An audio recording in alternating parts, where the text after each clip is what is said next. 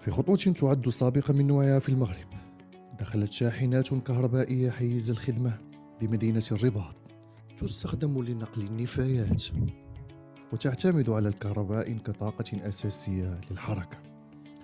وسلمت شركة فولفو السويدية الشركة المغربية لتجميع النفايات آرما أول شاحنة كهربائية إلى المغرب كأول بلد إفريقي يشرع في استخدام شاحنات كهربائية الثقيلة. وهذه هي المرة الأولى التي تقوم شركة فولفو بتسليم شاحنة ثقيلة تعمل ببطاريات كهربائية إلى بلد إفريقي، مما يشير إلى تحول المغرب نحو نقل أكثر استدامة في المنطقة.